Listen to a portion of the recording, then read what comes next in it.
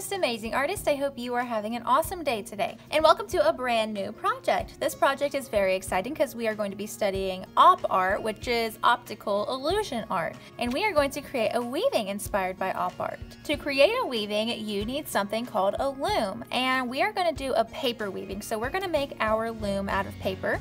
But I thought it'd be more fun to actually color this paper, create our own paper for our weaving, instead of just using regular old construction paper. So what I have in front of me here is a bunch of different color schemes. A color scheme is a group of colors that are often used in art. So if you're in my online classes, this will be linked on our Google Classroom, and you can just choose and look and see which ones catch your eye. There are so many different color schemes that you can use in your artwork. You could just use the 3 primary colors, red, yellow, and blue. The 3 secondary colors, you can mix and match. Some tertiary colors, which is a primary and secondary color mixed together. You could do an analogous color scheme, which is very nice if you're blending colors. Analogous colors are great. Complementary colors you could use. Those are colors right across from each other on the color wheel. I wouldn't blend complementary colors together if you are using paint, because you might find out if we mix violet and yellow, they're across from each other on the color wheel, you will actually create brown. Now you could do a pattern of purple and yellow and alternate them, but if you mix complementary colors together, they often make brown. So if you're not going for that look, then I wouldn't blend complementary colors together. Or you could just do warm colors and cool colors. Warm colors are reds, oranges, yellows, pinks. Cool colors are purples, blues, and greens. Monochromatic is a fun color scheme because it's just one color. So you just choose one color that you want to use, and from there you will make tints and shades. To create a tint, which is a lighter tone of that color, you will add white to your one color. If you want to make a shade, then you would add black to it. So that would make a darker version of that color. So that's what monochromatic is. Or you could just use neutral colors, brown, black, gray, and white, and you can mix them together. So look through all these different color schemes and choose a few that catch your eye. And today I'm gonna do a little bit of a practice to see which colors I like together and which ones I don't really like together. And I'm going to be doing this today with tempera paint.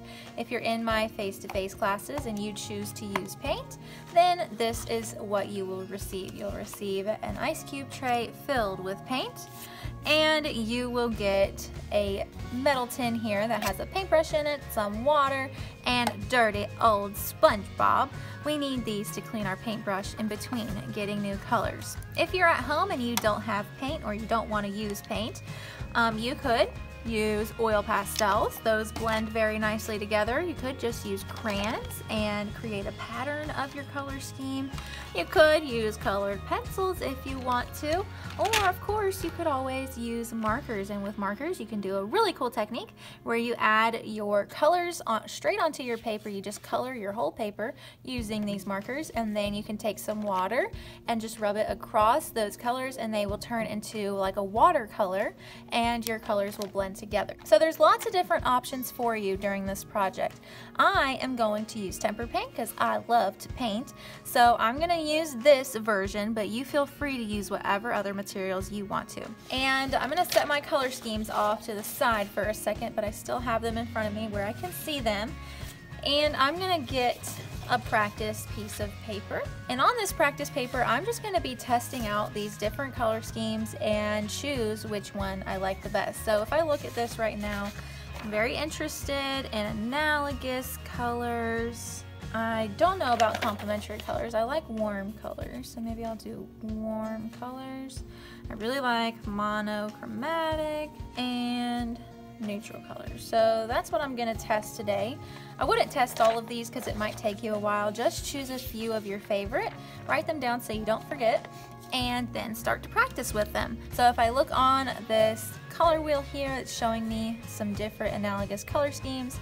Maybe I want to do, I don't know, let's try blue and green and see what that looks like. So to do it, I would just grab some blue paint, and I'm just going to do some swatches across my paper to just test what I like. So maybe I could do a blue Anytime that I want to get a new color, I am going to clean my paintbrush because we are mixing on our paper. We are not mixing inside of the ice cube trays. If you mix inside of the ice cube trays, then you are going to mess them up and no one will be able to use them afterwards unless we clean them out completely. So please do not mix inside of the ice cube tray. And what I've done here is I just drew an X in the bottom of my water cup and an X on dirty old SpongeBob. And my paintbrush is looking beautiful, so I can grab a new color. And let's try, this is actually a blue-green color. That's a tertiary color, and I can mix those two together. Now, tempera paint does like to dry very quickly, so if you want to use tempera paint, you're going to have to work pretty quickly if you want your colors to blend together.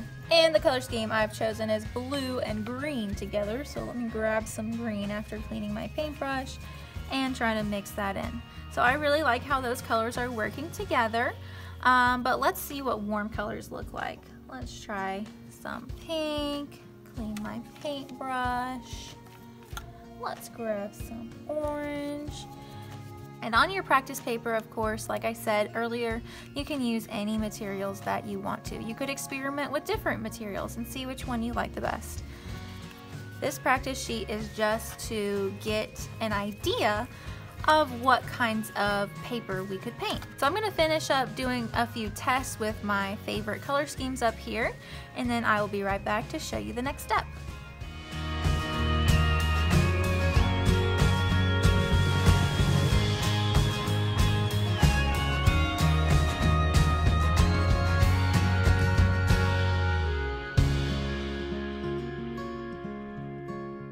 Just finished testing out my favorite color schemes on my paper in paint because I've chosen to use paint, and I think I'm going to choose neutral colors because I just enjoy neutral colors. I like the way they look.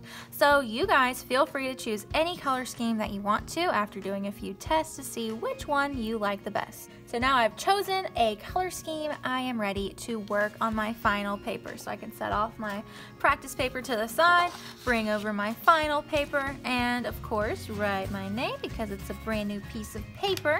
And after I write my name anywhere I want to on my paper, I'm gonna flip it over so now my name is on the back. And I am gonna focus on just using my neutral colors, white, black, and brown. And to get gray, I can just mix black and white together. And I'm gonna cover my entire paper using that one color scheme. And I love to blend colors together, so I'm gonna try to blend my neutral colors together.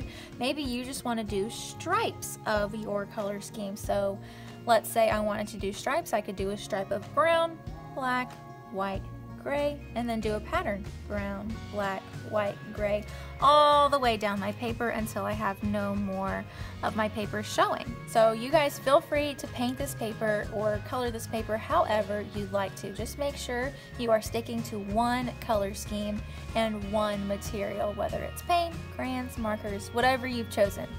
So I'm going to actually speed this up because I think you guys are catching on. You have lots of freedom in this project to color or paint your paper however you want to, as long as you're using just one color scheme. Okay, and I'll be right back to show you what my final painting looks like.